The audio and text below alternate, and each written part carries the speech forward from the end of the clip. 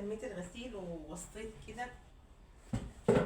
حد باين انه جايب عربيه جديده بقى وبيجرب التلاكس بتاعها باين. تعالوا نطبق الغسيل ده بسرعه كده ونشوف هنعمل ايه بقى في الاوضه. المفروض اصلا يعني دي حاجه من اللي هي الازعاج يعني او الضوضاء. ما ينفعش كده، المفروض يراعوا مثلا في حد تعبان، في حد بيذاكر، مش عمال يلعب في التلاكس بتاع العربيه زي العيل الصغير. الناس اتجننت باين.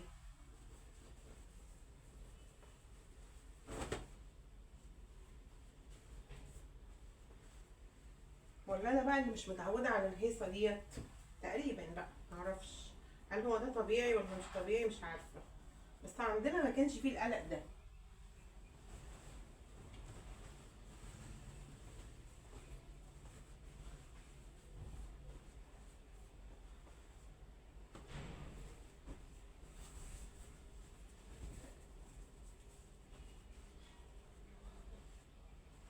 تعالوا بقى ايه، هنا الغسيل ده وارجع لكم تاني.